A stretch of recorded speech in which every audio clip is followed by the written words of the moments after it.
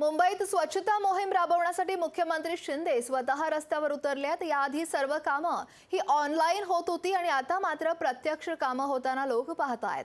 अशा शब्दात मुख्यमंत्र्यांनी माजी मुख्यमंत्री उद्धव ठाकरे यांच्यावर निशाणा साधलाय आणि त्यांच्यासोबत बातचीत केली। आमचे प्रतिनिधी चेतन नावरे यांनी। आज तुम्ही स्वतः रस्त्यावर उतरून पाहणी करत आहात।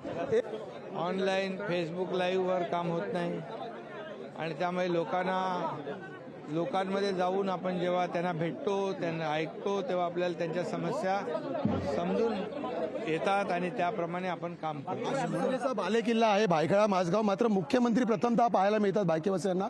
काय तुमची भावना आज? इथं जुने शिवसैनिक, शिवसेनेचा हा बालेकिल्ला आहे आणि आज इथे आमदार यामिनीताई आहेत, यशवंत जाधव आहेत, हजारो शिवसैनिक आहेत आणि ते आज सोबत आहेत, त्याचा आनंद आहे।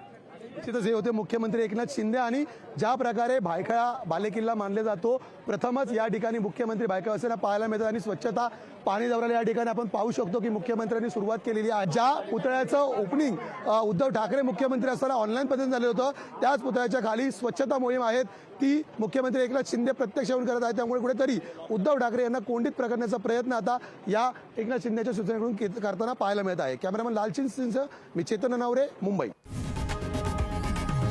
लोकशाही मराठी ऐका, पहा, जागरूक रहा।